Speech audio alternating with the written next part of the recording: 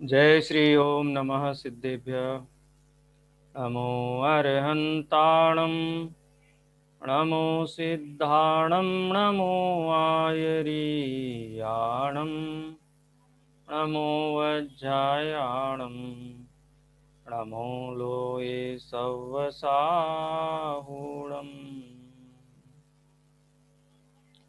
मंगलमय मंगलकरण वीतराग विज्ञान नमो ताहि जाते भये अरहंतादि महान। करि मंगल करि हो महा ग्रंथ करन के काज याते मिले समाज सब पावे निज पद राज। इस भव तरु का मूल एक जानहु मिथ्या भाव ताको करि निर्मूल अब करिए मोक्ष उपाय। मोक्ष मार्ग प्रकाशक ग्रंथ के जैनाभास प्रकरण पर अपनी चर्चा चल रही है। 7वें अध्याय में जैनाभास की विस्तार से चर्चा आचार्य कल्प पंडित टोडरमल जी ने की है। जैनाभास किसे कहते हैं कि जिनकी वाणी से, जिनके जीवन के बाह्य व्यवहार से ऐसा लगता है कि वो जैन हैं, लेकिन अंतरंग में सम्यक दर्शन ज्ञान चारित्र से रहित होने के कारण, यथार्थ श्रद्धा से रहित होने के कारण, अभिप्राय में पड़ी हुई भूल के कारण जैन नहीं है। उसको जैनाभास कहा। इसको जैन ग्रहित मिथ्या दृष्टि वाला प्रकरण भी हम कह सकते हैं, वो भी शब्द इसके लिए प्रयोग किया जाता है। जैन कुल में जन्म लेकर के जिनवाणी का सामान्य स्वाध्याय करते हुए हृदय में पड़ा हुआ जो पक्ष है मिथ्यात्व का, ग्रहित मिथ्यात्व का, उसको पुष्ट करते हुए नवीन मान्यताओं का ग्रहण करता है। स्याद्वाद लक्षण से अलंकृत जो जिनवाणी है उसके यथार्थ अभिप्राय को नहीं समझता है, कथन की यथार्थता को समझे बिना अपनी ही कल्पना से अवधारण करता है, उसको यहाँ जैनाभास कहा।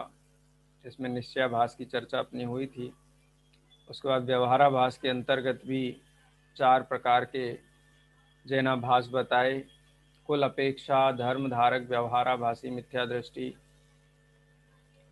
परीक्षा रहित आज्ञा प्रधानी धर्म धारक व्यवहाराभासी मिथ्या दृष्टि। आज अपना तीसरे बिंदु के ऊपर चर्चा होगी, सांसारिक प्रयोजनार्थ धर्म धारक व्यवहाराभासी मिथ्या दृष्टि। कितने ही जीव हैं, देवगुरु धर्म की सेवा करते हैं, स्वाध्याय आदि भी करते हैं, तत्व की चर्चा भी करते हैं, लेकिन उनका प्रयोजन भव का अभाव नहीं है, या तो किसी लौकिक आजीविका के निमित्त वो ये कार्य करते हैं, या फिर परलोक सुधर जाए, व्यापार आदि अच्छे हो जाएं, घर कुटुंब परिवार अनुकूल हो जाए, इस अभिलाषा से भी जो धर्म का पालन करते हैं वो सब सांसारिक प्रयोजनार्थ धर्म धारक व्यवहाराभासी हैं। अगर वर्तमान काल में हम देखें तो एक जैसे शांति धारा का उपक्रम आजकल हम बहुत देखने को मिलता है। बहुत सारे अच्छे जो स्वाध्यायी हैं, चाहे वो संत हों, चाहे वो दिगंबर मुनि हों, चाहे विद्वान हों, सबके प्रवचन स्वाध्याय बंद करके शांति धारा का हम बहुत देखते हैं। और उसमें एक ही कामना भावना सबकी होती है, स्वस्थ रहें, कोरोना ना हो, लौकिक समृद्धि रहे। तो ये सांसारिक वस्तुएं हैं ना। एक बहुत बढ़िया बात डॉक्टर साहब ने प्रवचन सार जो विधान लिखा है उसकी जो सबसे अंतिम जयमाला है, समुच्चय जयमाला है, वहाँ पे एक बहुत बढ़िया बात लिखी।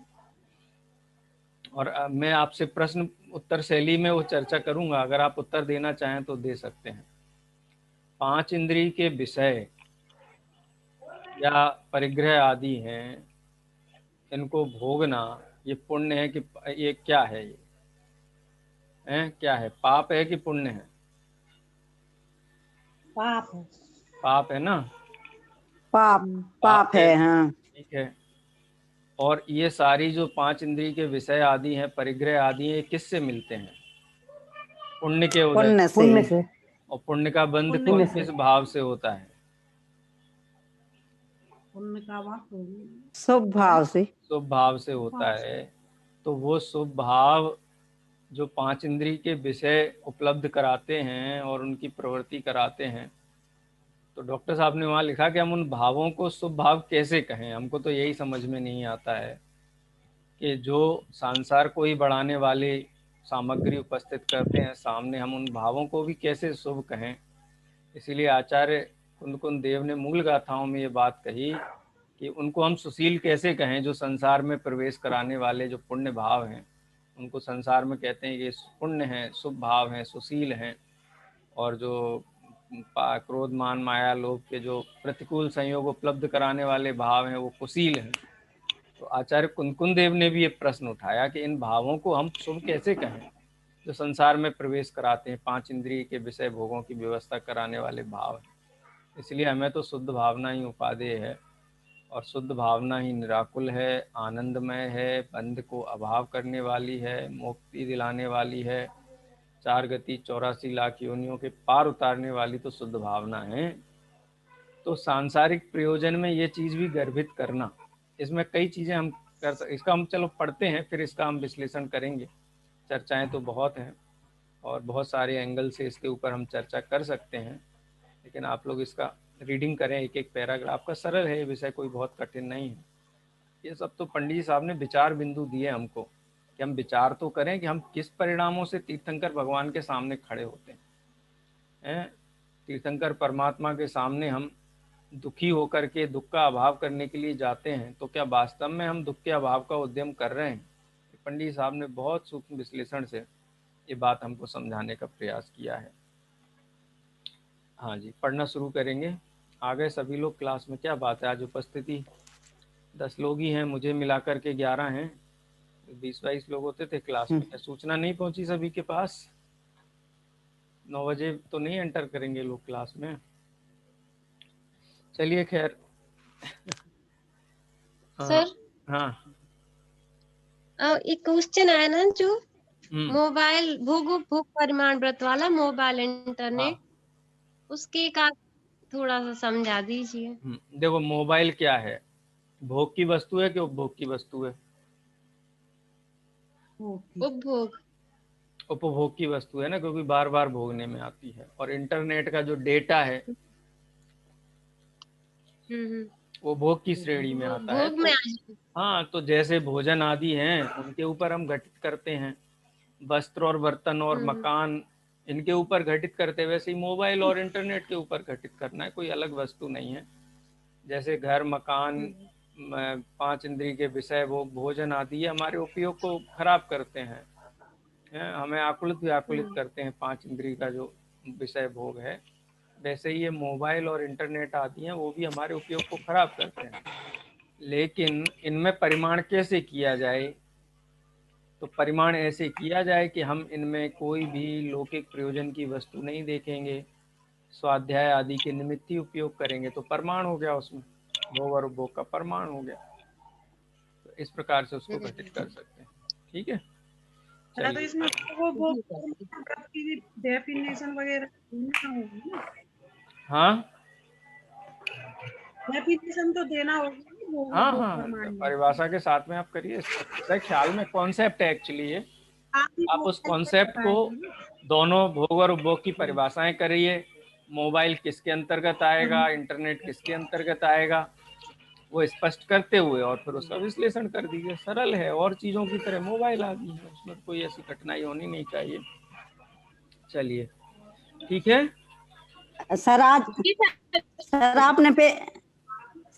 हमने भेज दिया है पेपर, आपने देखा है कि नहीं? हाँ, देख लिया है, मैं एक्नॉलेज कर दूंगा उसको। आ गया है पेपर आपका, प्रीति जी ना?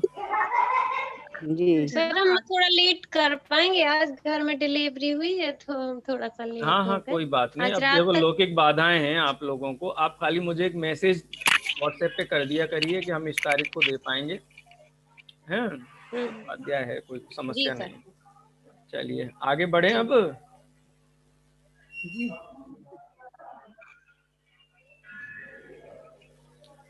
हाँ चलिए पढ़ना शुरू करेंगे आज। भाई सभी लोग क्लास में अपना नाम जरूर लिखा करें, इसमें नाम नहीं रहता है तो मुझे फिर बोलने में थोड़ी असुविधा होती है। पूर्णिमा जी आज आप पढ़िए, पूर्णिमा जी, सारिका जी, आप लोग पढ़िए, आप लोग ने बहुत दिन से पढ़ा नहीं है। सागरिका जी आप लोग पढ़िए आज। चलिए पूर्णिमा जी शुरू करिए। सांसारिक प्रयोजनार्थ धर्म धारक व्यवहार। सर आवाज बहुत आ रही है। मेरी बहुत आ रही है कि बाकी लोगों की बहुत आ रही है? बाकी लोगों की आ रही है। अभी ठीक आ रही है? चलिए ठीक है, पूर्णिमा जी शुरू करिए।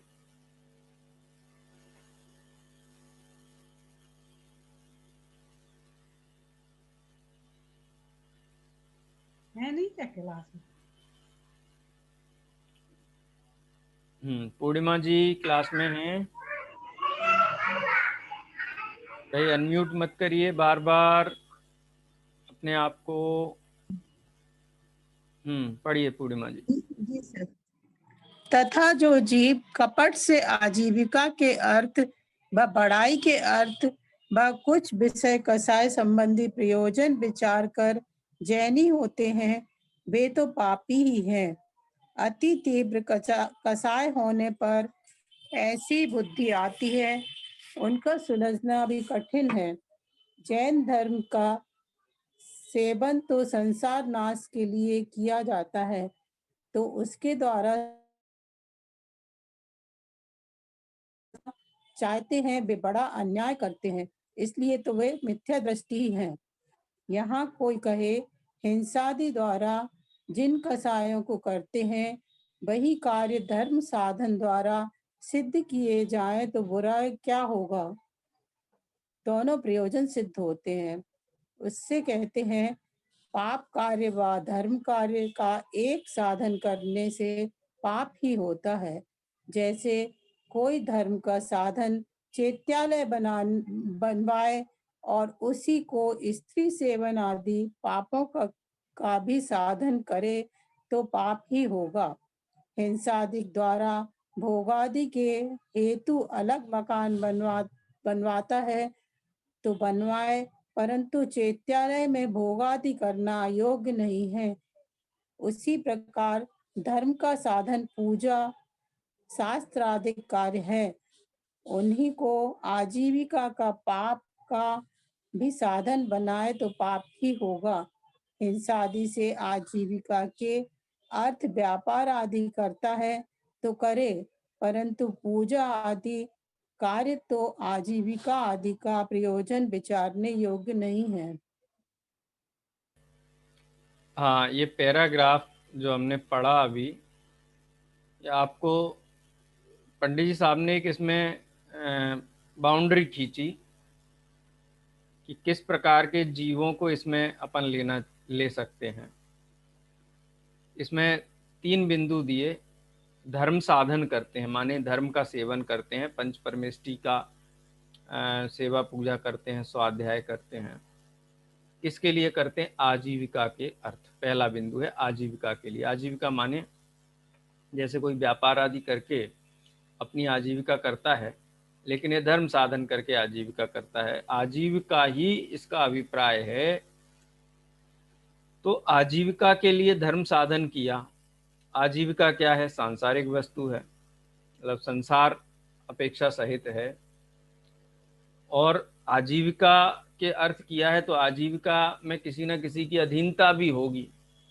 तो यथार्थ धर्म का सेवन में उसको बाधा होगी। मान लो कोई शास्त्र में बात आई है और वो आजीविका के अर्थ स्वाध्याय आदि करता है, कराता है, और जिससे वो सैलरी लेता है या वेतन लेता है, उसके समक्ष शास्त्र की जो बात है न्याय संगत वो नहीं रख पाएगा। वहाँ पर लोभ आदि के कारण वो अन्यथा कहेगा, अथवा जिस बल के साथ शास्त्र में बातें कही गई हैं, विचार की गई हैं, उतने बल के साथ नहीं कर पाएगा, उसको लाइट वेट कर देगा। तो जो प्रयोजन है धर्म साधन का, संसार का अभाव, उसकी सिद्धि नहीं होगी। धर्म का सेवन ही संसार के अभाव के लिए किया जाता है। और दूसरा क्या प्रयोजन है? लौकिक विषय भोगों की सामग्री के अर्थ धर्म का सेवन करे तो लौकिक विषय सामग्री तो बहुत सीमित काल के लिए जीव को मिलती हैं, बहुभाग तो एकेंद्रीय में ही जीव का गुजरता है। कितना भी धर्म साधन कर ले लौकिक प्रयोजन के लिए तो भी एकेंद्रीय से नहीं बच सकता है। अधिक से अधिक रहेगा तो कितना रहेगा, निगोद पर्याय के बाहर तो साधिक 2000 सागर रहेगा। साधिक 2000 सागर के बाद में उसको जाना तो निगोद में ही है ना, ख्याल में। तो इसलिए धर्म साधन तो एकमात्र मुक्ति के लिए, आत्म कल्याण के लिए ही होना चाहिए।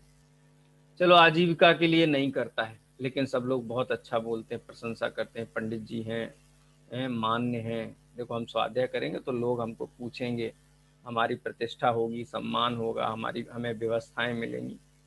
तो ये भी लौकिक प्रयोजन ही हुआ ना, मान की इच्छा से किया गया। तो इस अर्थ भी कई लोग करते हैं ना, बोले कि हम ना रोज अभिषेक के लिए जाते हैं। क्यों? क्योंकि वहाँ पे नगर सेठ हैं, वो भी अभिषेक के लिए खड़े होते हैं, आईएएस ऑफिसर हैं, जैन हैं, वो भी आकर खड़े हो, तो उनसे परिचय बढ़ता है। तो कई लोग बड़े दावे के साथ कहते हैं कि हम इसलिए जाते हैं कि वहाँ से समाज के बीच में प्रतिष्ठा होती है, अच्छे लोगों से परिचय होता है, अपना काम बन जाता है। तो धर्म का सेवन भव का अभाव करने के लिए होना चाहिए था, वो सबसे बड़ा, सबसे सर्वोच्च कार्य था, लेकिन हीन कार्य में उलझ गया, परिचय में, आत्म प्रशंसा में। और तीसरा है विषय कसाय संबंधी प्रयोजन, माने कि भाई भगवान की, तुम कह रहे तुम छोटा बादाम चढ़ाओगे तो तुमको छोटा फल मिलेगा, बड़ा बादाम चढ़ाओगे तो बड़ा फल मिलेगा। बड़ा फल माने लौकिक विषय सामग्री मिलेंगी। कई लोग कहते हैं भाई वो संत हैं, वो बहुत अच्छे हैं, उनके पास जाओ तो घर में संपत्ति और सब बढ़िया हो जाता है, अनुकूल हो जाता है, सब व्यापार दौड़ने लगता है। तो ये तो लौकिक प्रयोजन हुए ना। लौकिक प्रयोजन के अर्थ देव, गुरु और शास्त्र की यदि आराधना की गई है तो वो पापमय परिणाम ही है। और कदाचित थोड़ा बहुत पुण्य का भी बंद हो तो जो परम सुख प्राप्त होने का जो साधन था वो तो नहीं बना। एक तरीके से जो जीव धर्म का सेवन आत्म कल्याण के लिए नहीं करता है, वो मात्र निगोद की तैयारी कर रहा है, अगर इसको लॉन्ग टर्म में बोला जाए तो। यदि आत्महित के अतिरिक्त किसी भी प्रयोजन से देवगुरु धर्म की सेवा, उनकी शरण, उनकी ध्वनि सुनने का यदि उसको उपक्रम होता है तो समझ लो निगोद की तैयारी। दो ही रास्ते हैं, मोक्ष मार्ग और संसार मार्ग। जो मोक्ष मार्ग छोड़ा हुआ है, मान लो वो 100% अनंत अनंत काल के लिए निगोद जाना चाहता है और कोई प्रयोजन नहीं। इसीलिए तो कहा कि इतना उत्कृष्ट जैन धर्म मिला जो हमारे भव के अभाव का साधन है, और ये अपने भव का अभाव का साधन नहीं करके हीन पुण्य की साधना करता है, तो ये निगोद की तैयारी कर रहा है। क्योंकि इससे उत्कृष्ट निमित्त और कम मिलेगा। देवादि में चला जाएगा तो वहाँ तो बालकवत वृत्ति हो जाएगी, चारों तरफ विषय भोग दिखाई देंगे, तो स्मरण भी नहीं करने वाला है सच्चे देव गुरु धर्म का, यदि यहाँ पे सच्ची रुचि से आत्म सन्मुख दृष्टि नहीं हुई है। तो या तो मोक्ष की तैयारी करो, और नहीं करते हैं तो समझ लो कि निगोद की ही तैयारी है सब जीवों की। दूसरा there is no other option, कोई दूसरा विकल्प होता ही नहीं। ये आगम का वचन है। इसलिए पंडित साहब ने यह कहा कि अति तीव्र कसाय होने पर ऐसी बुद्धि आती है कि आजीविका के अर्थ धर्म साधन करे, बड़ाई के अर्थ धर्म साधन करे, या विषय कसाय के अर्थ धर्म साधन करे। और तीव्र कसाय के कारण ऐसी बुद्धि आती है, और तीव्र कसाय से बंद करेगा तो कहाँ जाएगा, निगोद आदि में ही जाएगा। उनका सुलझना भी कठिन है। पराधीनता हो गई जीवन में एक बार तो फिर वो सुलझना बहुत उसके लिए कठिन हो जाता है, और आजीवन इसी प्रकार से चलता रहता है। जैन धर्म का सेवन तो संसार के नाश के लिए किया जाता है, उसके द्वारा सांसारिक प्रयोजन साधना चाहते हैं, वे बड़ा अन्याय करते हैं। अन्याय किसके साथ करते हैं? किसके? तीर्थंकर के साथ, पांच परमेष्ठी के साथ, अन्य साधर्मी, अपने आप के साथ, हाँ स्वयं अपने आप के साथ, स्वयं के साथ, स्वयं के साथ। हाँ, कहाँ तो सिद्ध पद मिलने वाला था और ये तो अपनी निगोद की तैयारी में लग गया, एकेंद्रीय आदि में जाने की तैयारी में लग गया। तो अन्याय किसके साथ हुआ? स्वयं के साथ हुआ। तो स्वयं के साथ अन्याय हुआ तो मिथ्या दृष्टि ही है ना, इसीलिए तो मिथ्या दृष्टि ही है। अब दूसरा जो प्रश्न यहाँ पे उठाया पंडित जी साहब ने कि आजीविका के जो है हिंसा के द्वारा आजीविका आदि करते थे, मतलब आरंभ परिग्रह उसमें होता है। जो लौकिक विषय भोग आदि हैं उनके अर्थ हिंसादि करते थे। अब धर्म साधन के द्वारा भी उसी प्रयोजन की सिद्धि चाहे, हिंसादि की है ना आरंभवादी, क्या करेगा? अर्थ कम, मान लो धर्म के अर्थ, धर्म माने देवगुरु शास्त्र की सेवा पूजा के निमित्त जो अर्थार्जन किया, पैसा आया, कहाँ खर्चा करेगा उसको? लौकिक जीवन में है, सिनेमा देखने गया मान लो, अरे सिनेमा देखने नहीं भी गया, अपने लिए भोजन के लिए वो सब साधन किया, तो वो तो सब पाप में ही गया ना। जो धर्म का द्रव्य था वो पाप में गया। ठीक है, अब कोई ऐसा कहे कि भाई आजीविका के लिए पाप करने से तो अच्छा है ना कि आप धर्म करो, कम से कम पाप तो नहीं होगा, हिंसा आदि तो नहीं होंगे जीवन में। धर्म करने से अपनी आजीविका भी चलती रहेगी और धर्म साधन का तो धर्म साधन है ही, एक पंथ दो काज है, इसी से सब सदरा है, तो अन्य में जाने का क्या प्रयोजन है? इसके लिए पंडित साहब यहाँ कहते हैं कि जो कार्य धर्म के अर्थ किया जाता है, यदि उसमें 5 इंद्रिय के विषय सेवन की भी प्रयोजन की सिद्धि करे तो ये प्रशंसनीय नहीं है। जैसे कोई के हम मकान बनाएं, अब मकान में खर्चा करने से अच्छा मंदिर बना देते हैं, ऊपर की मंजिल पे मंदिर हो जाएगा, नीचे हम रहेंगे शांति से, है ना ख्याल में। तो मंदिर के अर्थ वो बनाया और फिर उसमें अपने 5 इंद्रिय के विषय भोगों की व्यवस्था भी उसी में करता है। तो पंडित साहब इसको न्यायोचित नहीं ठहराते हैं, क्योंकि इससे कसाय तीव्र होती है। देवगुरु धर्म के प्रति बहुमान भाव वैसा नहीं रहता है, अभिनय होती है, और जो भव के अभाव के लिए जो पुरुषार्थ की उग्रता चाहिए, तीव्रता चाहिए, वो रुचि मंद होती है उसमें, और भव के अभाव के जो साधन है वो नहीं बनते हैं। इसलिए यहाँ कहते हैं कि अपने लौकिक प्रयोजन के लिए मकान आदि बनाए तो ठीक है, लेकिन अपने लौकिक साधन के लिए मंदिर आदि बनाए तो अन्य मत में क्या होता है? आपने देखा होगा सड़क के किनारे एक बना लिया, छोटी सी गुमटी बना ली है, फिर धीरे धीरे उसका एक और सर्कल दीवार उठा दी, फिर और बड़ी दीवार उठा दी है, उठाते उठाते वो मंदिर तो उतने कोने में ही रहता है 2 बाई 2 फुट में ही, लेकिन उसका 20 बाई 20 में वो जगह कवर करके पूरे सब परिवार के साथ रहने लगता है ना। अन्य मत में ऐसा होता है, ऐसा जैन मत में भी करे तो उसका यहाँ पे पंडित साहब आलोचना करते हैं कि लोक आजीविका के लिए या लौकिक कार्यों के लिए धर्म को साधन नहीं बनाना चाहिए, क्योंकि वो तो भव के अभाव का साधन है। यदि वो लौकिक कार्यों का साधन बनेगा तो उसमें वो गंभीरता नहीं रहेगी, रुचि की सूक्ष्मता नहीं रहेगी, और भव के अभाव का कार्य नहीं होगा। इसलिए पूजा आदि कार्यों में इस प्रकार से आजीविका आदि का प्रयोजन विचारना ये योग्य नहीं है। और लौकिक कार्यों के लिए यदि लौकिक प्रवृत्तियां करता है तो करे, लेकिन धर्म कार्यों से अगर लौकिक प्रवृत्तियों की सिद्धि करता है तो इसके भव के अभाव के प्रति जो गंभीरता है वो नहीं रहेगी। एक बहुत बढ़िया श्लोक है, लौकिक नीति है, आप सबने सुना होगा, अन्य क्षेत्रे कृतम पापम धर्म क्षेत्रे विनश्यति, धर्म क्षेत्रे कृतम पापम वज्रलेपो भविष्यति। वज्र का लेप होता है, माने कि ये तो बंधन के अभाव के लिए जिनेंद्र भगवान की शरण ली थी, और यही बंधन करेगा तो फिर बंधन का अभाव कहाँ करेगा और कब करेगा? इसलिए लौकिक प्रयोजन के लिए धर्म को साधन बनाना योग्य नहीं है, एक प्रकार से अधोगति की तैयारी करने जैसा है। दूसरी चीज़ एक और मैं यहाँ पे महत्वपूर्ण बिंदु आपका आकर्षित करना चाहूँगा। हम देखते हैं कि बड़ी बड़ी संस्थाएं हैं, बड़े बड़े मंदिर हैं, वहाँ पर अनेक उनकी व्यवस्था बनाने के लिए या प्रभावना के लिए अनेक विद्वान चाहिए, है ना ख्याल में, विद्वान चाहिए, क्योंकि विद्वान के अतिरिक्त कौन चलाए?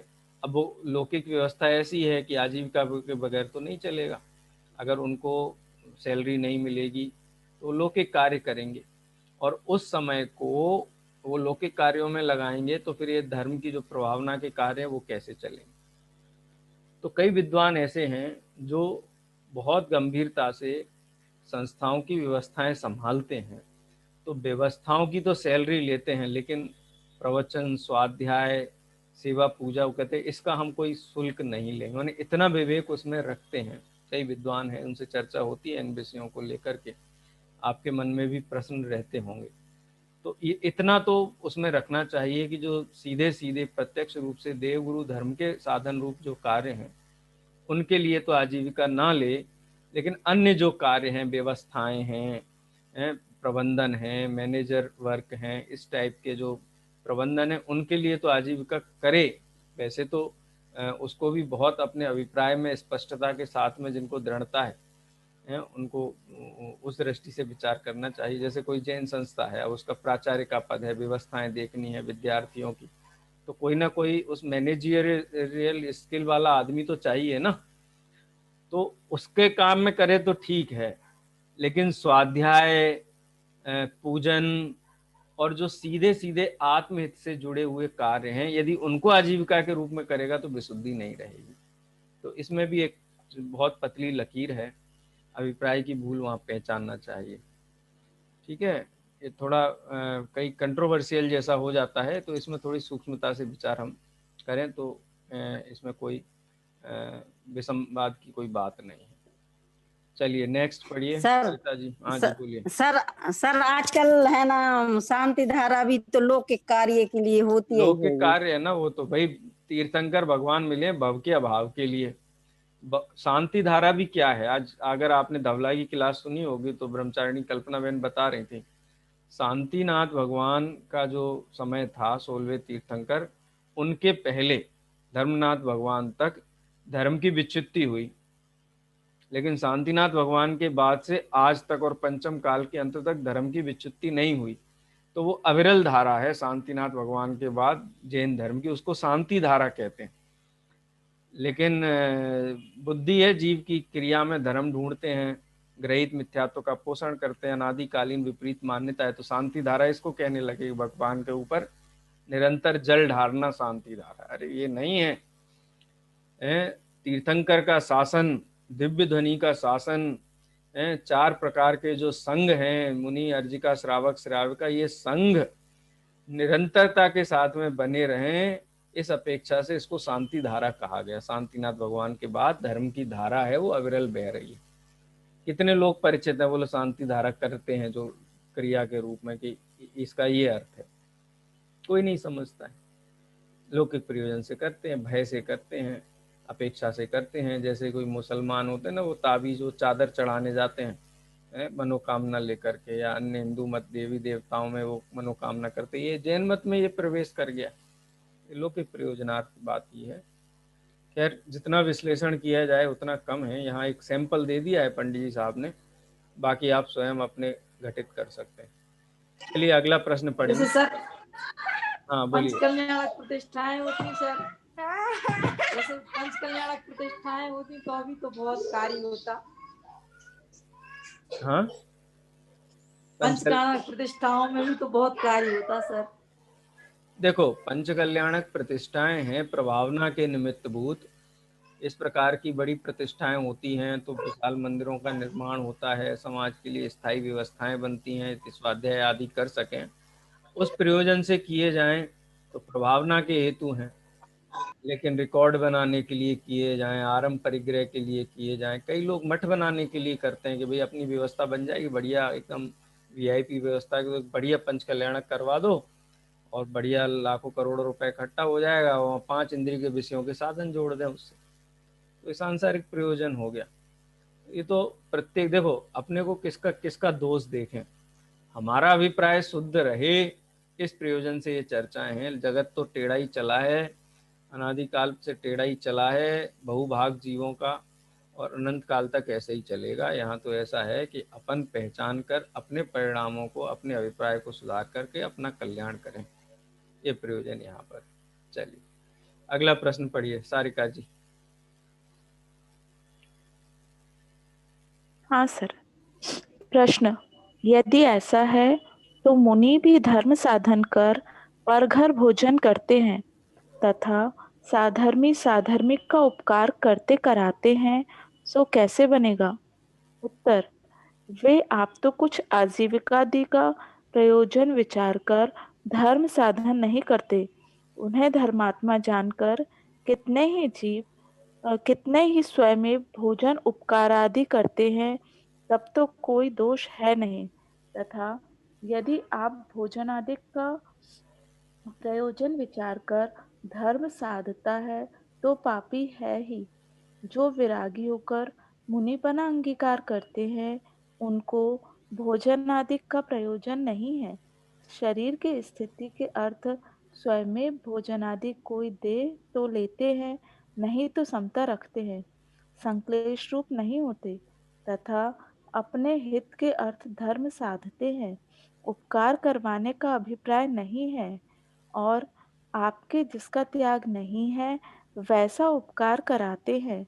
कोई साधर्मी स्वयमेव उपकार करता है तो करे, और यदि न करे तो उन्हें कुछ संक्लेश होता नहीं, सो ऐसा तो योग्य है। परंतु आप ही आजीविकादि का प्रयोजन विचार कर वह धर्म का साधन करें जहाँ भोजनादिक उपकार कोई न करे, वहाँ संक्लेश करें, याचना करें, उपाय करें अथवा धर्म साधन में शिथिल हो जाएं तो उसे पापी ही जानना। इस प्रकार सांसारिक प्रयोजन रहित जो धर्म साधते हैं वे पापी भी हैं और मिथ्या दृष्टि तो हैं ही। इस प्रकार जिनमत वाले भी मिथ्या दृष्टि जानना। देखो यहाँ पे एक बहुत महत्वपूर्ण बिंदु स्पर्श किया पंडित जी साहब ने कि मुनि आदि हैं, वो भी तो आहार आदि ग्रहण करते हैं और तो कोई साधन है नहीं उनको। उनकी दिगंबर मुद्रा देख करके साधर्मी जन उनके भोजन की व्यवस्था करते हैं। लेकिन आप विचार करना, मुझे गुरुदेव श्री के जो चैतन्य चमत्कार में जो इंटरव्यू छपा है डॉक्टर साहब ने जब लिया था, वो एक बहुत मार्मिक प्रसंग है कि जब गुरुदेव श्री ने संप्रदाय माने श्वेतांबर संप्रदाय जो स्थानकवासी संप्रदाय छोड़ने के लिए जब सूचना दी वहाँ समाज को या उनके गुरु को, और बहुत हलचल हुई, बहुत कमोशन हुआ, वहाँ पे लोग काफ़ी क्रुद्ध थे और धमकाने भी आ रहे थे, बोले कि अगर तुम छोड़ दोगे तो तुम्हें रोटी भी नहीं मिलेगी। तो गुरुदेव श्री ने उनको ये जवाब दिया था कि हमने रोटी की व्यवस्था के लिए धर्म साधन नहीं किया है, घर नहीं छोड़ा है, रोटी के लिए नहीं छोड़ा है। हमको तो सत्य मार्ग चाहिए, अपने आत्मा को संसार के दुखों से छुड़ाना है, इस अभिप्राय से छोड़ा है। रोटी नहीं मिलेगी तो नहीं मिलेगी, रोटी के लिए तो नहीं किया है। तो एक ये परिस्थिति है। दूसरी परिस्थिति आप देखो, वर्तमान में कई ऐसे साधु भी हैं कि जिनका दीक्षा पूर्व जीवन यदि आप देखो तो बहुत माने ऐसा रहा जो काफ़ी विवादास्पद है, माफिया टाइप का जीवन है।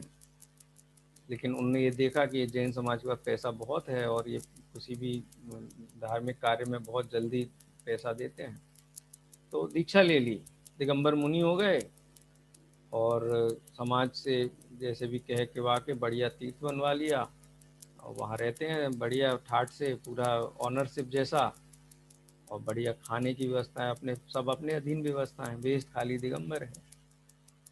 तो वो पूरी व्यवस्था ही लौकिक प्रयोजन से की गई है। कई लोग कहते हैं ना दिगंबर मुनि बन जाओ, बहुत बढ़िया समाज पड़गान करके बहुत बढ़िया भोजन कराती है। हम लोग भी कई बार ऐसा देखते हैं कि कहीं विधान प्रतिष्ठा आदि होती है तो बोले सफ़ेद कुर्ता पजामा पहन लो, वीआईपी भोजनालय में जाकर के भोजन करेंगे, हैं पंडित जियों के साथ, पंडित लोगों के साथ हैं। पंडित जी बन जाने में बहुत लाभ है, क्यों? क्योंकि व्यवस्था बढ़िया हो जाती है। तो धर्म साधन किस अभिप्राय से किया है? भोजनादि की व्यवस्था मिले तो हर्षित नहीं होते जिन्होंने वास्तव में आत्मकल्याण के लिए धर्म साधन किया है, और नहीं मिले तो संक्लेशित नहीं होते। क्यों? क्योंकि भोजन प्रयोजन नहीं है, व्यवस्थाएं प्रयोजन नहीं है, जो आवास आदि, प्रतिष्ठा आदि, भोजन आदि, ख्याति, लाभ, पूजा, ये प्रयोजन नहीं है ना। ये मिले तो मिलती रहें, उनको देख करके हर्ष ना होवे, ना मिले तो उनमें खेद ना होवे। पुण्य पाप फल माई हरक बिलखो मत भाई। तो यहाँ अभिप्राय अलग है साधुओं का। जो ज्ञानी जीव हैं, चतुर्विध संघ के जो शुद्ध भावना के साधक जो जीव हैं, उनको लौकिक व्यवस्थाओं में हर्ष विषाद नहीं है, इसलिए वो लौकिक प्रयोजनार्थ धर्मधारक नहीं कहे जा सकते हैं। लेकिन जिन्होंने धर्म साधन बाह्य आचरण इसीलिए धारण किया है, व्यवस्थाओं के लिए धारण किया है, तो समझना चाहिए कि वो अत्यंत संक्लेश परिणाम में हैं।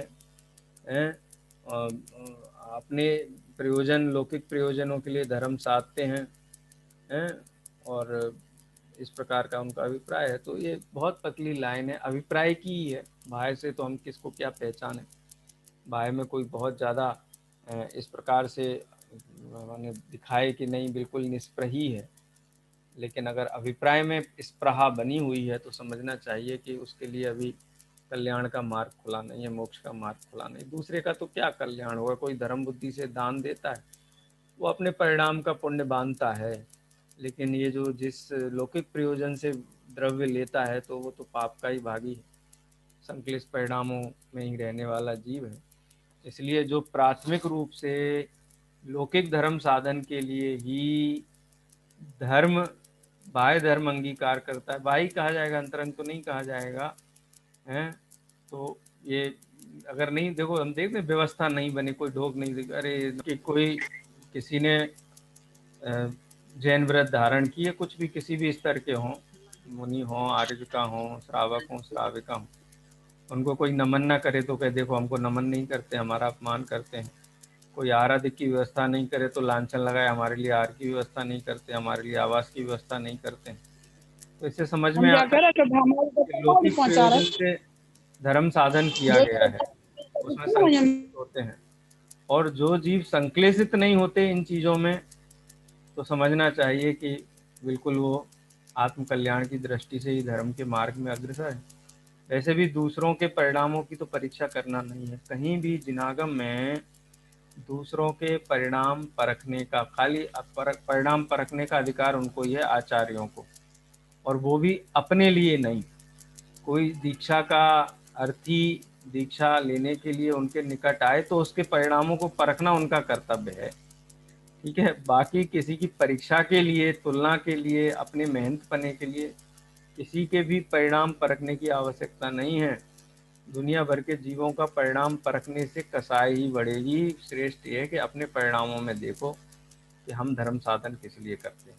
क्या हमें ये 3 जो बिंदु यहाँ बताए हैं, आजीविका हैं और ख्याति लाभ आदि, इसको कहते हैं मेहनतपना, और जो 5 इंद्रिय के विषय भोग, क्या इनमें से किसी भी प्रयोजन के कारण हमने ये जैन धर्म का मार्ग अपनाया है?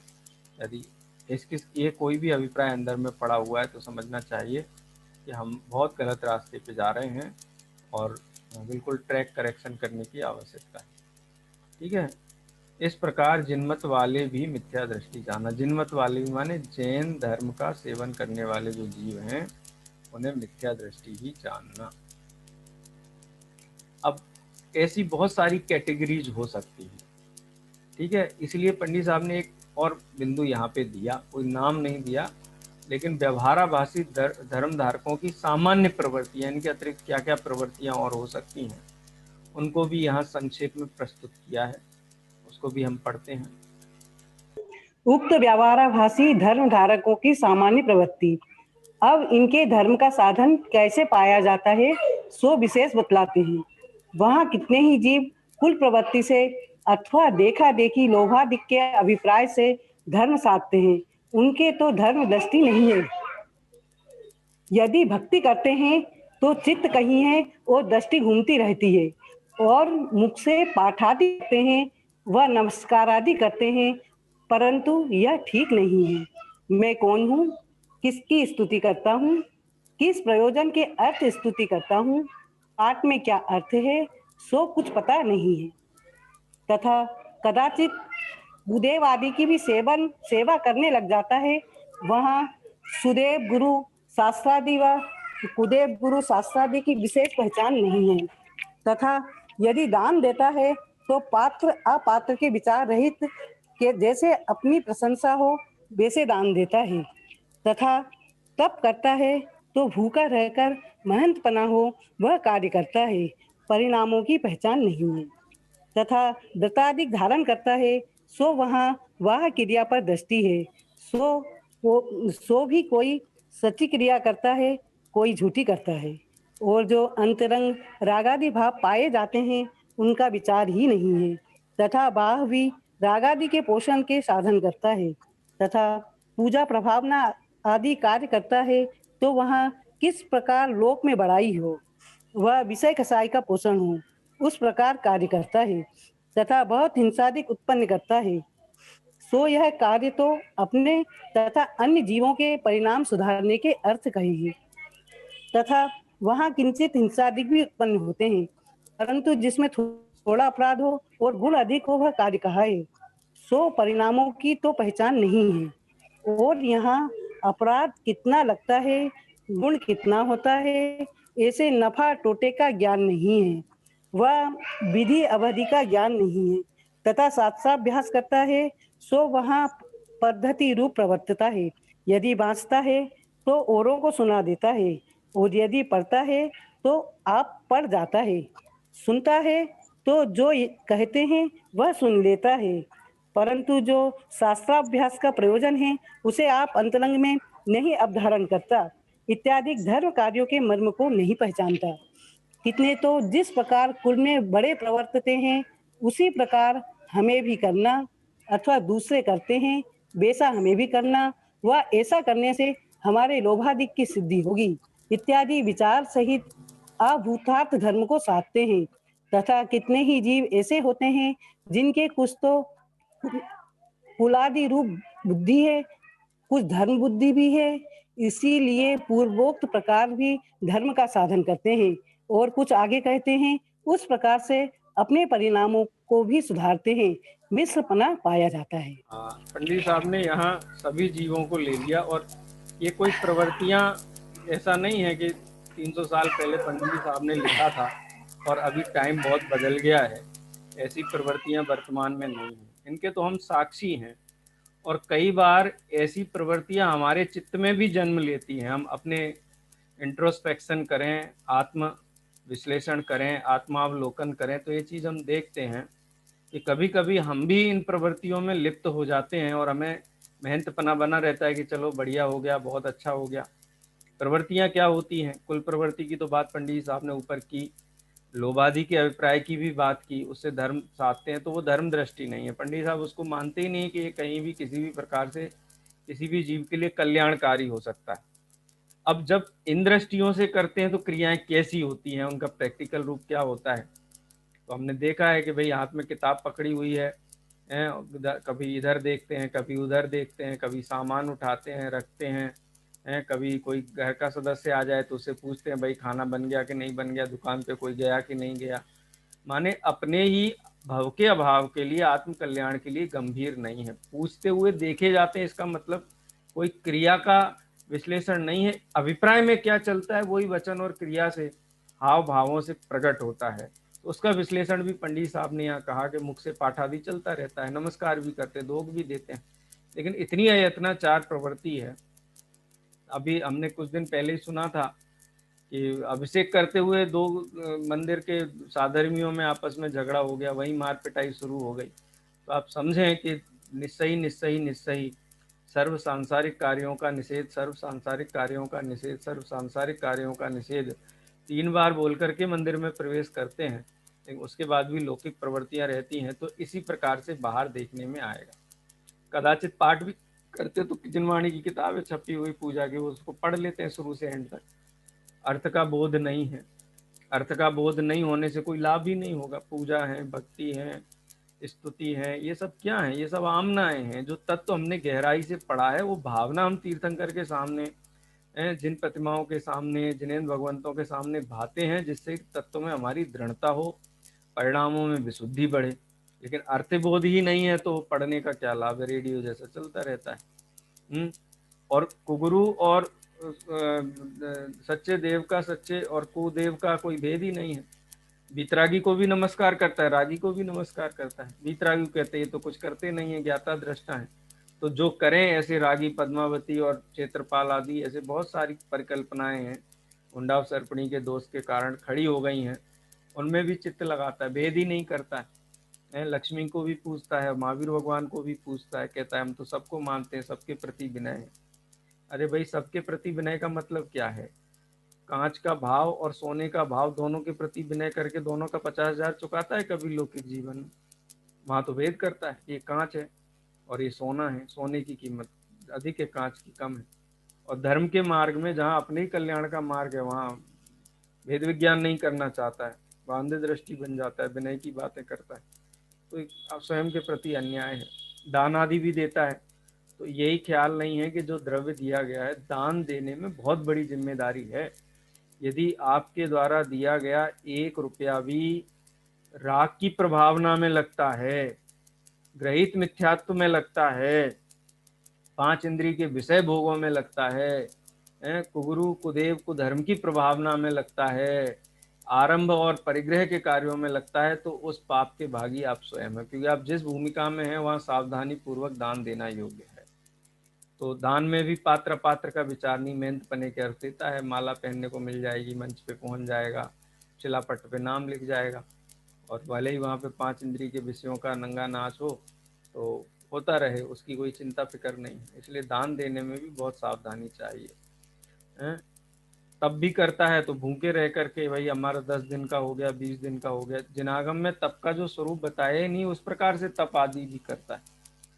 10-10, 20-20 दिन भूखा रहना, आहार और जल नहीं लेना, ऐसा उपवास का तो कोई विधान है ही नहीं। मुनि भगवंतों को है, मुनि भगवंतों में जो विशेष सहनन के धारी हैं, प्रतिमा योग ले लेते हैं, तो उनको कोई शारीरिक कमजोरी नहीं है, निर्बलता नहीं है, उनका शुद्धोपयोग बाधित नहीं होता है, उतने काल तक धारण करते हैं उपवास आदि। और जहाँ शुद्धोपयोग की हानि होती जाने तो आहार ग्रहण करते हैं, भोजन भी ग्रहण करते हैं, ये तो प्रवृत्ति है। लेकिन जो मिथ्या दृष्टि जीव हैं अथवा जो इस प्रकार के अभिप्राय के धारण करने वाले भगवान के दर्शन तक छूट जाते हैं, तत्व की चर्चा कान में पड़े तो वो भी नहीं रुचती है, लेकिन प्रशंसा रुचती है कि भाई इतना उपवास किया, वो क्या बोलते हैं उपवास, क्या बोलते हैं तप सम्राट, ऐसी उपाधियां मिलती हैं, तो उससे प्रसन्न रहते हैं। तो इससे आत्महित कहाँ हुआ? तो इस प्रकार की भी चीज़ें पंडित जी के सामने रही होंगी, उनका विश्लेषण उन्होंने यहाँ दिया है। व्रतादि भी धारण करता है, आजीवन व्रत ले लिया, तो बाह्य क्रिया पे तो दृष्टि है, अब कुछ सच्ची है कुछ झूठी है, प्रतिमाएं ले ली 4-5 प्रतिमाएं ले ली, अब व्यापार आदि का तो, और आरंभ आदि त्याग की प्रतिमाएं ले ली, तो व्यापार आदि का स्वयं तो त्याग किया है, लेकिन घर में पुत्र आदि के व्यापार हैं तो दुकान पे जाके बैठता है, अंदर गद्दी पे नहीं बैठेगा, बाहर चेयर डाल के बैठेगा, सारा हिसाब किताब रखेगा। अरे महाव्रत भी ले लिए तो भी भाई क्या चल रहा है, कैसा चल रहा है, सब कुशल मंगल तो है, कहीं कोई परेशानी। लौकिक वस्तुओं की अनुमोदना, उनका उपदेश, उनकी फिक्र करना, चिंता करना, उपाय बताना, ये सारी की सारी क्रियाएं इसीलिए होती हैं क्योंकि धर्म जिस अर्थ धारण किया था, जिस प्रयोजन से धारण किया था, उसका सूक्ष्म विचार नहीं है। राग आदि के पोषण के साधन होते हैं वहाँ पे। पूजा प्रभावनादि कार्य भी हैं तो लोक में बड़ाई वो वैसे करता है। कई लोग ऐसा देखा है, सिद्ध चक्र मंडल विधान किया था, बहुत बड़ा आयोजन किया, फिर उसके बाद कैटरिंग वालों को अंतिम दिन बोल दिया कि हमारा हो गया, अब पूरे समाज को, जैन अजैन सबको हमको भैया भोजन कराना है, भक्ष्य भक्ष्य का विचार किए बिना है, इस प्रकार के कार्य होते हैं। जबकि सिद्ध चक्र आदि विधान में तो विशुद्धि इतनी होनी चाहिए कि बाद में दीक्षा ही ले ले, बिल्कुल इतना विरक्ति भाव होना चाहिए सिद्धों के स्वरूप को पढ़ सुन करके, विशुद्धि के बिल्कुल पराकाष्ठा पर होना चाहिए, निवृत्ति की पराकाष्ठा पे होना चाहिए। लेकिन प्रयोजन नहीं पहचानता है तो विशुद्धि बढ़ने की बजाय मान बढ़ता है, तो अन्यथा प्रवृत्तियां वहाँ होती हैं। कसाय का पोषण हो ऐसे कार्य करता है, राग रंग बहुत करता है, फिल्मी गाने बजते हैं। हमने देखा है कि आंखों से भक्तामर का पाठ किया तो कैसा पाठ होता है, बढ़िया बैंड वाला, वो बजाने वाला सब बुला लेते हैं, वो रात को खाने वाले, बीड़ी तम्बाकू लेने वाले प्रोफेशनल होते हैं, तो अपन तो सो जाता है जा करके, वो रात को 5 घंटे वो पढ़ते रहते हैं, अखंड पाठ बैठा है। ये इन्हीं प्रवृत्तियों का यहाँ पे विश्लेषण है, ये खोटी वृत्तियाँ हैं, खोटी प्रवृत्तियाँ। अखंडपना किसका है, भगवान का है कि भक्त का है? विशुद्धि के अर्थ किया है कि लोक में प्रतिष्ठा ढोल पीटने के लिए किया है, बहुत सूक्ष्म है। ये भाव कहना चाहिए कि जो 70 कोड़ा कोड़ी का बंद होता है ना, वो इन्हीं खोटी प्रवृत्तियों से होता है। बहुत सावधानी की आवश्यकता यहाँ पे है। परिणामों की पहचान है नहीं, परिणामों के बिगड़ने सुधरने का भय है नहीं। प्रभावना आदि कार्य होते हैं, सावध्य लेसो बहु पुण्य रासो, थोड़ा बहुत अगर आरंभ, थोड़ा बहुत कहीं हिंसादि हो जाए और बहुत धर्म की प्रभावना हो, इस प्रयोजन होते हैं। लेकिन धर्म का तो लेस रह जाता है और आरंभ बहुत होता है, तो इसका स्वयं को ही नुकसान होता है। विधि अविधि का ज्ञान नहीं है। अपराध बहुत है वहाँ पे। शास्त्राभ्यास भी करता है, कई लोग नियम लेते हैं कि भाई हम स्वाध्याय का नियम लिया है साहब, महाराज ने या किसी ने पंडित ने हमको नियम दिलवा दिया है, रोज आधे घंटे हमको स्वाध्याय करना है। कोई भी शास्त्र उठा लिया, कोई भी पन्ना पढ़ लिया, अथवा पद्धति बुद्धि से कि पढ़ना है ना तो पढ़ लिया, भैया आधा घंटा हो गया, खड़े हो गए। तो विशुद्धि नहीं है, समझ नहीं है। शास्त्र अध्ययन का प्रयोजन है समझना। वस्तु के यथार्थ स्वरूप को समझे बिना कसाय नहीं मिटती है, दुख नहीं मिटता है, हमें समझना है। गुरुदेव श्री तो कहते थे कि दिन में 4-6 घंटे का तो स्वाध्याय होना चाहिए। इससे कम यदि चिंतन मनन स्वाध्याय है तो अभी बहुत मुश्किल है इस जीव को, है बहुत। देखो आईएएस की तैयारी करेगा तो 18 घंटे पड़ता है। बोलो सिद्ध बनना आईएएस से बनने से बड़ा काम है कि छोटा काम है? बोलिए। बड़ा काम है, उसमें बड़ा कितना काम समय है। देता है? वो तो 18 घंटे पढ़ता है। कितने घंटे पढ़ता है? कितने घंटे जिनवाणी का स्वाध्याय होता है? 4-6 घंटे। तो गुरुदेव श्री इसलिए कहते हैं कि 4-6 घंटे पढ़ना शुरू करेगा, रुचि जागृत होगी तो इसका 24 घंटे हो जाएगा। तो ये प्रायोरिटी वाली चीज़ें हैं, तो बहुत ध्यान देने लायक चीज़ें हैं। पंडित साहब ने बहुत सारी कमियों की तरफ यहाँ इशारा किया है जो हमारे अंदर कहीं ना कहीं बैठी हुई है। शास्त्र अभ्यास का प्रयोजन क्या है? वस्तु स्वरूप को समझना, परिणामों में निराकुलता हो। लेकिन इसको तो अभ्यास में भी आकुलता हो जाती। पढ़ता है तो वाद विवाद के अर्थ पढ़ता है, चौपसम बढ़ाने के लिए, वाद विवाद के लिए पढ़ता है, तो वाद विवाद आदि करता है, मेहनत करने के लिए पढ़ता है। एकमात्र प्रयोजन आत्म कल्याण है। यदि वो नहीं है तो समझना चाहिए कि ये व्यवहाराभासी मिथ्या दृष्टि की श्रेणी में ही आता है, अथवा देखा देखी करता है, दूसरे करते इसलिए हम भी करते हैं। ये बहुत बड़ी प्रवृत्ति है ये तो भैया। जैसे गंधोदक का चला तो बोले कि गंधोदक से तो श्रीपाल का कोढ़ दूर हो गया था, तो इसलिए ऐसा गंधोदक। अरे भाई गंधोदक के प्रति बहुमान इसलिए है कि हमारे जो परम पूज्य तीर्थंकर आदि हैं उनके चरणों की धूल भी हमारे लिए परम पूज्य है। ये बहुमान प्रकट करने का एक तरीका होता है। लेकिन उससे ग्रहित मिथ्यात्व जोड़ लेना कि भगवान के चरणों की धूल छूने से रोग दूर हो जाएगा, उनकी चरणों की धूल मंदिर में रखने, दुकान पे रखने से व्यापार बढ़ जाएगा, ये तो तीर्थंकरों की अभिनय है, इंसल्ट है। यदि कोई ऐसी मान्यता रखता है कि गंधोदक से रोग दूर हो जाता है, गंधोदक से व्यापार बढ़ जाता है घर में छिड़कने से, और ये तो अभिनय है तीर्थंकर भगवंतों की। तीर्थंकर भगवंत कहते परिणाम सुधारो, तुम्हारा भला बुरा तुम्हारे परिणामों से है, इन पदार्थों से नहीं है। परिणाम अच्छे होंगे तो ये वस्तुएं निमित्त कहने में आएंगी, इतना तो है। अगर कोई थोड़ा विश्लेषण कर तो कहते हैं आप अभिनय करते हो, भगवान के गंधोदक की अभिनय। अरे अभिनय नहीं है, यथार्थ स्वरूप समझना यही सच्ची विनय है। यथार्थ स्वरूप नहीं समझना ये अभिनय है। लेकिन बड़ा संकट हो जाता है, कह भी नहीं सकते सभी। आप लोग तो स्वाध्यायी हैं तो साहस करके इतनी बात कह सकते हैं। तथा कितने ही जीव ऐसे होते हैं जिन्हें कुछ तो मतलब ऐसा नहीं है कि 100% कुल अपेक्षाएं तो 100% हैं, संसारिक प्रयोजनार्थ हैं तो 100% है, बोले मिक्स भी होते हैं। सब प्रकार की प्रवृत्तियां उनमें संशयात्मक चलती रहती हैं। कहीं तो कुल प्रवृत्ति से प्रवर्तन करते हैं किन्हीं क्रियाओं में, कोई क्रियाएं धर्म बुद्धि से भी करते हैं, कोई क्रियाएं लौकिक प्रयोजन से भी करते हैं, कई क्रियाएं आज्ञा से भी करते हैं। लेकिन वहाँ पर अभिप्राय सुधारने की तरफ उनका ध्यान नहीं है।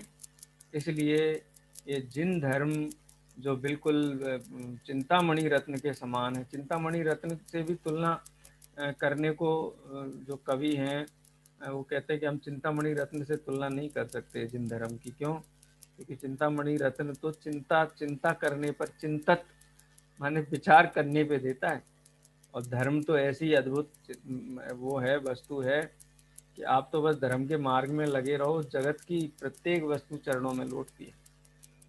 तो इसलिए धर्म तो परमोत्कृष्ट वस्तु है। अपने अभिप्राय को सुधारने के अलावा अन्य किसी प्रयोजन से यदि धर्म का सेवन है तो खोटी मान्यता है, खोटा अभिप्राय है, और संसार को बढ़ाने वाला है। कोई कहे मोक्ष तो मिलता, वो स्वर्ग आदि मिलते हैं कि नहीं मिलते?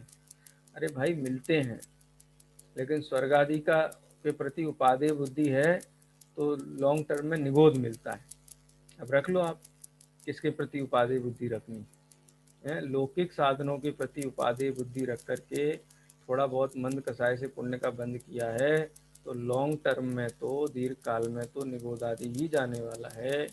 इसलिए शुद्ध हृदय से अपने आत्म कल्याण की भावना से ही जिन धर्म सेवन करने योग्य है, समझने योग्य है, अभिप्राय को सुधारने के लिए जिन धर्म का सेवन करना योग्य है, अन्य प्रयोजनों से किया गया है तो स्वयं का प्रति ये अन्याय है, अपने अहित का कार्य है। समय अभी हो गया, अब प्रकरण यहाँ से बदलेगा। ये तो हमको सब समझ में आता है कि हाँ ये प्रवृत्तियां नहीं होनी चाहिए, लेकिन धर्म बुद्धि से धर्म धारक व्यवहाराभासी मिथ्या दृष्टि जीव का जो प्रकरण है ये बहुत सूक्ष्म है और बहुत समझने लायक है, क्योंकि पंडित साहब का कहना है कि मिथ्यात्व वैरी का अंश भी बुरा है? अगर अंश भी रह गया, 100 किलो दूध में एक बूंद जहर की भी डाल दी तो 100 किलो दूध बेकार है। इसी प्रकार से कितना भी श्रम साधन किया जाए, लेकिन छोटी से छोटी विपरीत मान्यता यदि अभिप्राय में पड़ी हुई है तो अनंत संसार का कारण है। तो ये छोटी सूक्ष्म मान्यताओं को पकड़ने के लिए प्रकरण है, इसकी चर्चा अपन कल करेंगे। आज ही विराम लेते हैं। जिनवाणी सर हमारा एक प्रश्न है। सर हमारा एक प्रश्न है चलते चलते, क्या मिथ्या दृष्टि की सारी कसाएं अनंतानुबंधी की जाति की नहीं होती? मिथ्या दृष्टि की सारी कसाएं अनंतानुबंधी नहीं होती। सारी कसाएं नहीं होती हैं, उसको चारों ही कसायों का उदय है ना। कोई कसाय अनंतानुबंधी हो सकती है। देखो कैसे, हाँ, किसी के प्रति क्रोध आया उसको, और वो क्रोध उसका ऐसा है भव भव तक चला जा रहा है, और अपन कहें तो 6 महीने से ज्यादा वाला है तो अनंतानुबंधी की श्रेणी में आ जाता है। लेकिन किसी के प्रति क्रोध आता है वो 10-15 दिन में भी चला जाता है, ऐसा भी क्रोध आता है मिथ्या दृष्टि, तो अनंतानुबंधी की श्रेणी का नहीं। उसको तो चारों कसाय हैं, अनंतानुबंधी भी है, किसी के लक्ष्य से अप्रत्याख्यानावरण संबंधी भी कसाय हो सकती है, किसी के लक्ष्य से प्रत्याख्यानावरण, किसी के लक्ष्य से संजुलन भी हो सकती है, किसी के लक्ष्य से अनंतानुबंधी भी हो सकती है, लेकिन अनंतानुबंधी को मुख्य किया है। अब जैसे हम धर्म साधन करते हैं, स्वाध्याय आदि करते हैं, तो अनंतानुबंधी के उदय से तो नहीं करेंगे ना, हैं? तो अन्य कसायों का उदय वहां पे, चारों ही कसायों का उदय है। एक समय में एक ही कसाय का उदय होगा। हाँ ये है, ये बात ठीक है। चारित्र गुण की एक पर्याय होती है एक समय में, तो उसमें कोई एक कसाय हो सकती है। अनंतानुबंधी भी 7 तत्व संबंधी भूल अनंतानुबंधी कसाय में तो आएंगी ना। 7 तत्व संबंधी भूल मिथ्यात्व है, वो श्रद्धा गुण का विपरीतपना है, वो तो 100% है। पाप बंदी अनंतानुबंधी का 4 कुएं मिलेंगे। देखो बुद्धि है, श्रद्धा से संबंधित दोष, मिथ्यात्व के साथ अविनाभावी। हाँ मिथ्यात्व के साथ अविनाभावी अनंतानुबंधी कसाय है, लेकिन वो अनंतानुबंधी का कसाय निरंतर का उदय निरंतर रहता है ऐसा नहीं है पड़ी हुई है, कभी हो जाती है। और ऐसा है, परिणति की अपेक्षा से अनंतानुबंधी कसाय तो निरंतर रहती ही है, परिणति की अपेक्षा से। जैसे 3 कसाय चौकड़ी के अभाव वाले मुनि भगवंत किसी को उपदेश देते हैं करुणा बुद्धि से, तो संजुलन का तीव्र उदय है उनको, लेकिन परिणति में 3 कसाय चौकड़ी के अभाव रूप वितरागता की निरंतरता है। ऐसे मिथ्या दृष्टि जीव की परिणति में अनंतानुबंधी निरंतरता के साथ चलती है, लेकिन वर्तमान में उदय अनंतानुबंधी का भी हो, प्रत्याख्यान का भी हो, प्रत्याख्यान का भी हो, संतुलन का भी हो सकता है। नहीं तो धर्म की सेवा, शास्त्र स्वाध्याय करना अनंतानुबंधी आएगा क्या? नहीं आएगा। ठीक है, तत्व संबंधी भूल अनंतानुबंधी में ही जाएगी। भाई भूल है श्रद्धा की, और किसी पदार्थ को देख करके क्रोध, मान, माया, लोभ, हास्य, रति, अरति, शोक, भय, जुगुप्सा, स्त्री वेद, पुरुष वेद, नपुंसक वेद इत्यादि परिणाम होना, ये चारित्र का है। तो 7 तत्व संबंधी भूल वो तो दर्शन मोह से जुड़ी हुई है, उसका कनेक्शन श्रद्धा से है, अनंतानुबंधी से नहीं है। हाँ, श्रद्धा की विपरीतता में जीव को अनंतानुबंधी कसाय निरंतरता के साथ होती है, परिणति में चलती है, कभी प्रकट रूप हो जाती है, कभी लब्धि रूप बनी रहती है। ठीक है। सर ऐसा भी बोल सकते हैं कि जब एक कषाय का उदय होता है तो अन्य 3 कषाय परिणति रूप रहती है। हाँ, पड़ी हुई है, उसकी सत्ता में पड़ी हुई है। निरंतर रहता है ऐसा नहीं है, उसको निरंतरता में नहीं ले सकते। परिणति में। हाँ, परिणति है।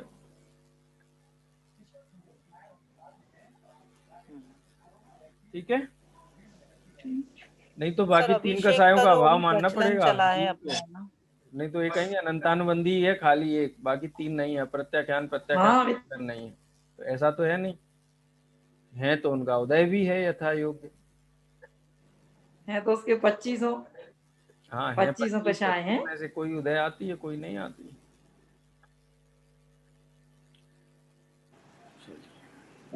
सर अनंतानुबंधी जब उदय में है तो बाकी 3 कषाय गौण रूप से पड़ी हैं, लब्ध रूप में। परिणति रूप है, वो भी परिणति रूप है।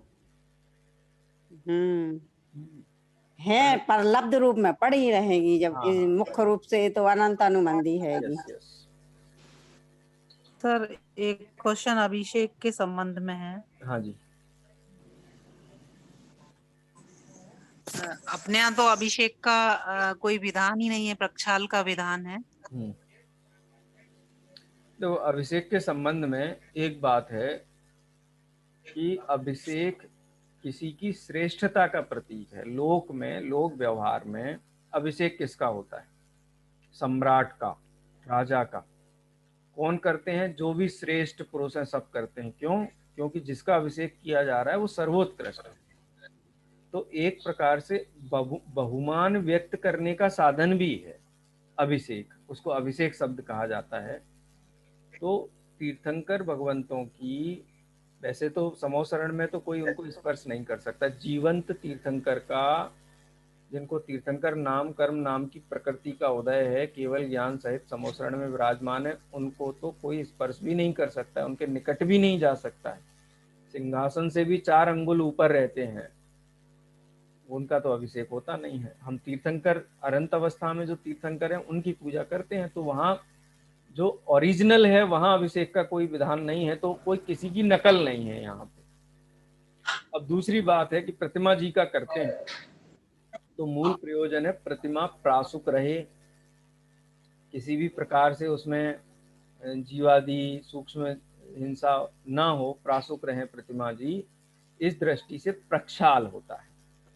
अब अभिषेक शब्द का भी प्रयोग शास्त्रों में किया गया है और इस प्रकार से कहा गया है कि अभिषेक किसी की श्रेष्ठता का प्रतीक है। जीवंत तीर्थंकर भी श्रेष्ठ हैं, लेकिन वहाँ अभिषेक का कोई औपचारिकता नहीं होती है, लेकिन यहाँ होती है। तो प्रक्षाल कहो, अभिषेक, उसको थोड़ा और बेटर वर्ड्स में अभिषेक बोल दो, मूल रूप से तो प्रक्षाल ही है और वो श्रेष्ठता की अपेक्षा से है। जितना ज्यादा आज हाईलाइट करके और वो सब करना आरंभ और परिग्रह के साथ होना चाहिए, कम से कम आरंभ हो, कम निरारंभी तरीके से ही हो। हम मंदिरों में ये देखते हैं कि भाई अभिषेक नहीं शुरू करना, समय हो गया। क्यों? क्योंकि फलाने फलाने नहीं आए हैं। तो इसमें तीर्थंकर की श्रेष्ठता नहीं रही, इसमें उस व्यक्ति की श्रेष्ठता हो गई जो विलंब से आया है, अथवा भगवान की प्रतिमा को थाली में विराजमान किया हुआ 1-1 घंटे तक, 2-2 घंटे तक। क्यों? क्योंकि सब आते जाएंगे और करते जाएंगे। तो ये भी एक प्रकार से हुंडावसर्पणी का दोष ही कहा जाएगा इसको। तीर्थंकर की श्रेष्ठता, ये श्रेष्ठता अभिव्यक्त करने का ये साधन है कि सभी निर्धारित समय पर ही प्रतिमा के प्रक्षाल के लिए उपस्थित रहें, इसमें गौरव अभिमान है। और अगर ऐसा नहीं करते अनुशासन के साथ में तो अभिनय है, और अभिनय का पाप बहुत है, उसका कैलकुलेशन नहीं है हमारे पास में। इस अवर्णवाद का हम कितना पाप का बंद करते हैं एक समय में, एक कैलकुलेशन नहीं है।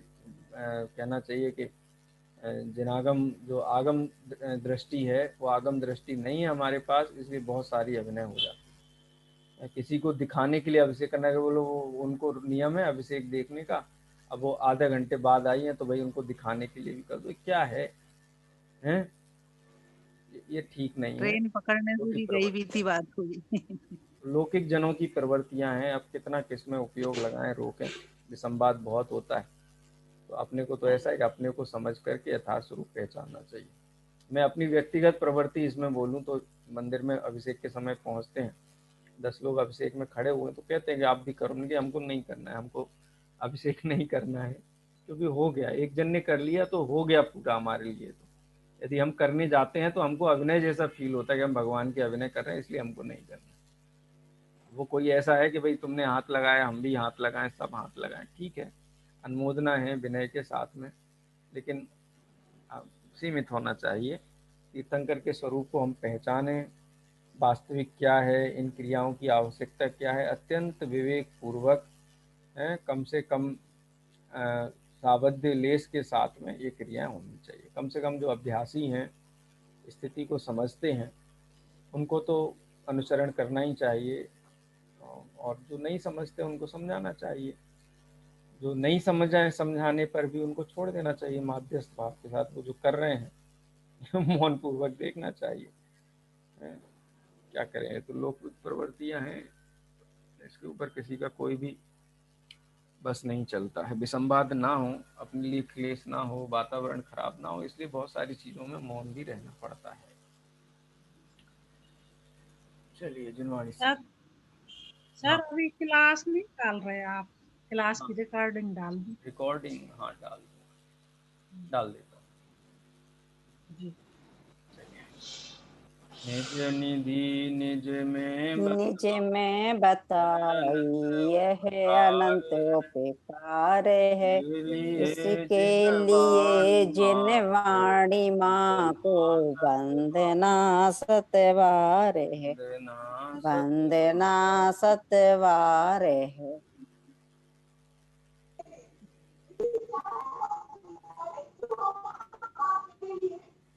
हेलो हेलो, हाँ जी बोलिए। लता भाभी।